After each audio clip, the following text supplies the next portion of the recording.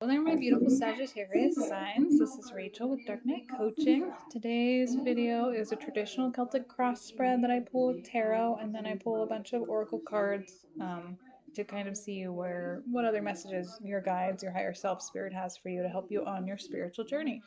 I'm a Sagittarius sun, so this message is for you just as much as it is for me, and I think this is a great message. There's a lot of heaviness, but there's a lot of progression. Now, I'm going to start this a little bit out of order because I usually do tarot first and then I dive into oracle, but this one is poking out of me. Apocalypsis. So your whole world came crumbling down at some point, Sagittarius, and it was an apocalypse.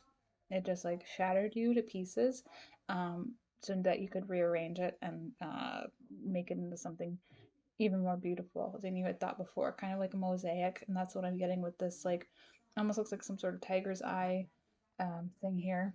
So tiger's eye might be a significant thing, or something about a garnet that's like yellowish brown. But I do think this is tied to some sort of cataclysmic shift that you've had on a cellular level and on a heart level, on a mind level, on like all of the levels. So I do feel like there's a lot of um, vibrating higher, which when we do inner work, have growth, experience enlightenment, go through a dark night of the soul, have those ego deaths, those sorts of things, it shifts our reality, and then it literally shifts our um, cells because it's molecular. So, like, everything is frequency, everything is vibration, Sagittarius, and whatever's happening to you, you are elevating. And that's just like awesome, but it's hard. And I think people don't um, people don't tell you how hard it is, and it's very hard. It's like when you're going through a dark night of the soul or having ego death, pride death, all of those things, it's like you're on the cusp of like coming to the edge all the time. And it's this roller coaster ride of emotion and turmoil and sorrow and sadness that we kind of cycle through until we can fully understand and comprehend ourselves enough to um, shift our mindset. Because when we are going through hard times, it's a battle of the mind to get us past a perception of sorrow or sadness or suffering. And I feel like you're really moving out of old mindsets into something great, into something new, because there's just a lot of cards of like victory, success, congratulation, beauty, those things. It's just it's really a lovely reading. And I think this is like the news we needed to hear. So something about your birthday time frame is probably going to be significant. If you've been going through a dark night, you're going to have some rebirth, regeneration happening then. Maybe some clearing of karma, I'm hoping, for me as well as you. But I'm going to go ahead and dive into the tarot here. And if something in this message happens to resonate, please make sure you smash the like button because it helps my channel grow and I just really appreciate it. So your current vibe here is the star. This is Aquarian energy. This has to do with wishes granted and healing. Now, wishes granted doesn't mean like I dream a genie, you get everything you want. This means like if you've been manifesting and putting in the elbow grease for something, it's probably going to come to fruition probably in January or end of January. Because of the Aquarius card here is why I'm thinking of that as timing. But I do feel like you are divinely guided and at this time. Now your challenge here is Queen of Pentacles. Maybe you've been trying to save some money and that's not been very fruitful for you. And I feel like the Queen of Pentacles is also trying to be like cool and comfortable and calm in the state of like chaos. And I feel like that's also the challenge while you're healing. You're also trying to be like chill. And sometimes that's very hard, especially for Sagittarian signs. Like we always want to like go, go, go. And I'm one to like want to pivot all the time. Like if I'm in a crappy situation, I'll usually just pivot my way right out of it. Or like I find myself sometimes like having these surface level connections, and I try to like flit from like one situation to the next, and that sometimes gets me in trouble. It's not always like a foolproof method, but lately, especially when you go through a dark night of the soul, like your pivot is gone. There's nowhere to turn, and there's like you can't really flit your way out of um, battling your emotions. So the foundation of this situation, like what's happening for you currently, maybe when it comes to an opportunity, is the Seven of Cups. There's a lot of choices, a lot of options, or maybe you're not sure how you feel about something, or you've been really trying to manifest. a new life for yourself. In the recent past, you have the Page of Wands, Page of Swords, clarified by the King of Wands. This is interesting to me because like Page of Swords is very immature energy, excuse me. So like maybe in the past you were immature about something and now you're like embodying this King of Wands. Like, what do I need to do to get this done? How do I throw myself into this without like, resorting into past habits or breaking out of old mindsets, and really trying to strive to have some creative control here in a situation. You also have in your recent energy the King of Pentacles. This is also focused on finance and stability and 3D tangible things like family, home, um, roof over your head, those sorts of like priorities. So that's very interesting because of all the pentacles here. I do feel like that has to do with a career. So maybe you've been feeling left out in the cold when it comes to finances, or like, living a paycheck to paycheck, or having maybe felt left behind when it came to a job or promotion or something. That's in your subconscious energy, but I do feel like you are being guided out of that because you have the High Priestess in your near future. This to me means like you're really tapping into your higher self and you're trying to figure out where it is you're going and why. And there's a lot of paths to choose because you have the Seven of Cups here. So it's like I like to think of our lives as like you write your own story kind of book, like those old books from like I don't know the thousands or the 90s, where it's like you could pick a page, but ultimately you end up at the same position anyways. That's kind of how I feel like our souls life plan is. Like you have these different trajectories, you can pick a path. In the end, you're probably going to end up at the same point, anyways. It just depends on which way you want to go. You can go the long way, you can go the short way, you can go the normal way, but your soul knows. So I do feel like you're being asked to be trusting to your own inner gnosis, and sometimes that's hard when we've gone through trauma and hardships and confusing things because we don't trust ourselves all the time after we have traumatic things happen to us because we're like, oh, how did I get in that situation? How am I supposed to get out of it? What did I do? And why did I do that? And then you have to retrain yourself and regrow that trust in order to move forward. Now, I think people have a misconception about when we go through healing and we go through a spiritual journey. They I feel like people think you're going to be all nice and kind and loving and accepting of everyone and everything, and I don't feel like that is at all an accurate description of what happens when someone goes through an enlightenment process or it's very spiritual. um, Typically, you have to know yourself well enough to know what you can accept and what you can't accept, and then understanding that everything and every situation, every person, every interaction you have is an energy exchange. So I do feel like at this time, what's in your control is this Queen of Wands energy. And I love this card because it completely embodies like um, a witchy woman, but it also embodies like someone who's very firm in knowing herself. And she's in total control of her emotions, she's in total control of her situation, and she is very not only discerning, but she's fiery and passionate, but she's also very independent and yeah, just totally in a vibe. It's a good positive energy. Now, how do people see you, Sagittarius? The Hierophant is here. This is a Taurian card, but this is also a card of like traditional belief systems and values, which may not be accurate for you, but this can be just a card of commitment because kind of um, the Taurus energy is like a committal energy, and that could be like you made a commitment to yourself and you're sticking to your belief systems and your values. But this can also be a card of study. So maybe you're learning something new, or you're throwing yourself into some modality of divination, like tarot or something like that, where you're doing a lot of educating. Now, in your hopes and fears, Sagittarius, you have Eight of Swords. This to me is like you're trapped in your thoughts. You're not sure which direction to head in. And I feel like that's stemming from this like Seven of Cups, almost analysis paralysis because there's so many options. Like, which direction do I go? That's a tough, I don't know. That's a good question.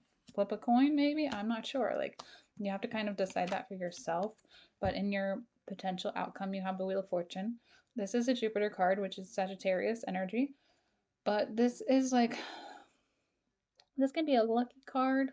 This can also be like a progress card, like you're really moving forward on some sort of plan or perception or like something you're choosing to do.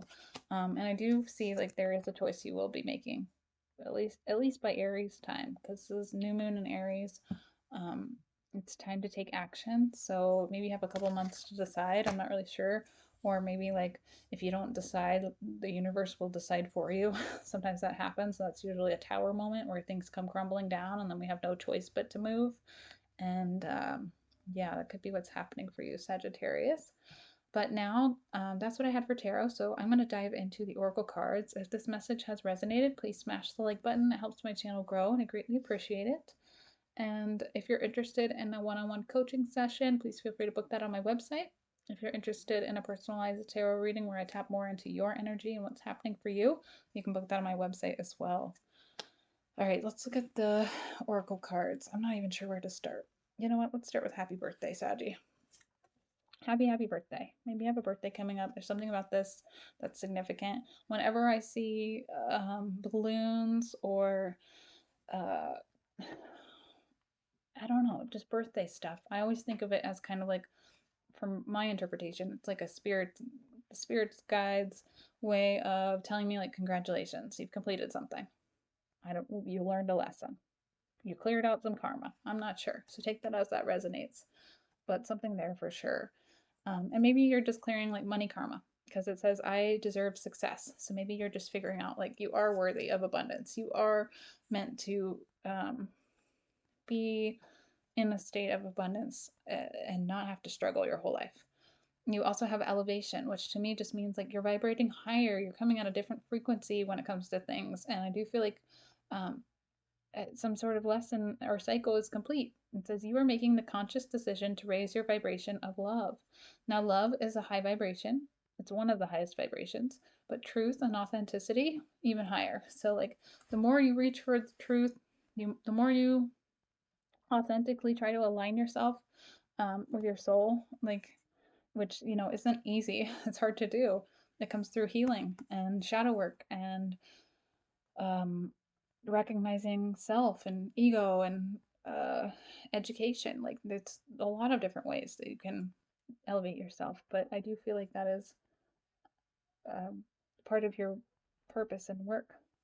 Now you also have feather. It says be honest with yourself. Is there somewhere in your life where you haven't been upfront? And maybe that just comes down to like what it is you want, what it is you're working towards. The third eye intuition card I have for you is act. Get your priorities straight, what really counts in your life right now, and take time to consider how you can use your intuition to guide what's really important. Now, time does have a way of showing us what's important and what isn't. So I feel like if you can't discern what that is and you feel like you're in this like analysis paralysis, I do feel like there's going to be some movement in Aries time frame no matter what. And then you have two lovely cards, beauty and perception. Perception is tied to your heart chakra, so I do feel like you're remaining open-hearted because you've been able to still see um, beauty in things or find a silver lining even in like a time of hardship. And that isn't it's a hard path. It's not for the faint of heart, because a lot of times when people go through trauma or toxicity, they tend to perpetuate it, and then it becomes generational trauma and toxicity, and they pass it down from you know father to son, mother to son, mother to daughter, father to daughter. Like they perpetuate that cycle of trauma and abuse because they were not able to heal it and break the chain. And I feel like you're really moving out of that. Now, interestingly enough, the song that I was meditating to, I don't think I mentioned this at the beginning of the reading for some reason. It's called Pay For You by Psylosia, Psylosia. It's kind of like I don't know, a techno beat, but it was very, I just think it really resonated with my energy, this cycle. And I think that might be helpful for you to listen to. It's like sometimes when we try to love people that are not aligned with us, we pay for it in some way or another, either through lessons or karma or other ways. And I do feel like sometimes, even though there's heartbreak and some sort of apocalypse you were going through, it's like you see the beauty in the pain, you see the the, I don't know, wisdom and the madness. And I feel like it is shifting. So I feel like it's shifting internally in your heart space, what love is to you, what it means to you, and like how you love yourself. And sometimes we can only really learn self love when we witness other people and how they treat us or how they treat themselves. And then we really know, like, oh, wow, I do care for myself because that person is acting that way. And that and what they're saying and doing is a direct reflection of how they feel about themselves. Um, and learning how to not take that personally is wisdom. And that can only be done through experience typically. So I do think you're finding the blessing in the lesson, and that is a gift. That's a miracle, and that is something worth celebrating, which is probably why we have this happy, happy card too. Not only for a birthday, but for success and acceptance. Now, number 22 from the I Ching, it said, this is about natural beauty, the simple expression of nature, but it's also about the way people create images to communicate something of a person or a thing's inner nature. However, no created image could ever express a whole person. It's a time for imaginative, lively exploration of beauty in ways the essence could flower and be seen. How can you make the essence visible? And what do you choose to communicate? Now, this can also be about like your level of self love and how you put yourself out there. How do people perceive you? How are you expressing yourself? And we do that, on these avatar bodies in our forms of makeup, hair, tattoos, clothes, like however you want to kind of like play your character. I know that sounds strange to say, but we are all avatars. And if you watch the movie Avatar, it's a great expression of how James Cameron basically put it into play of how we are very much so avatars. And all the stuff in there I find to be very, very eerily true because, like, we are souls inhabiting these bodies for short periods of time. And, in the movie Avatar, I could talk about this for hours, as long as the movie is, but it's like those humans go and inhabit the alien bodies. And it's actually, it's kind of reverse here, where we are the soul aliens and we come in and we help inhabit these human bodies, especially, I think, the indigo children, or if you believe in that, or like the typically the scapegoat in the family is the one that's here to break the generational curse, and they almost become like the savior, or like they can be the ones that potentially have the highest opportunity to access the Christ consciousness lifestyle and mindset and embody an earth angel. And I feel like that is just kind of a cool, I don't know, it's just a cool film. It's just like an ADHD tangent, but hopefully that message resonates because there's a lot of subliminal messages in a lot of major Hollywood films that people don't even realize until they've had like their spiritual awakening. They're like, ah, that's what that means. Ah, like I went through that myself. Like Alice in Wonderland, it's about the mother wounds that you're healing. Um, Wizard of Oz, it's about having heart and a brain and courage and activating all of those things to cohesively basically help you on this yellow brick road, which is your solar plexus, on your way to your heart space. So, which is the green on the Wizard of Oz. Like, I don't know, there's a lot of cohesion there that people are not even awake enough to realize until you go through an enlightenment or a dark night of the soul. So, anyway, I'm not going to talk about that forever, but hopefully this message helps, Sagittarius. If it did, please smash the like button. It helps my channel grow, and I greatly appreciate it. Thank you for being here. Thank you for doing the self-help, self-work, because as you elevate yourself, you're elevating the whole collective, and that is just going to shift us out of the system that we're in, which is a good thing. So, all right, that's what I have for you. Thank you for watching. Make sure if you're interested, go book a session with me on my website, or you can book a life coaching session, or you can book a tarot reading there as well.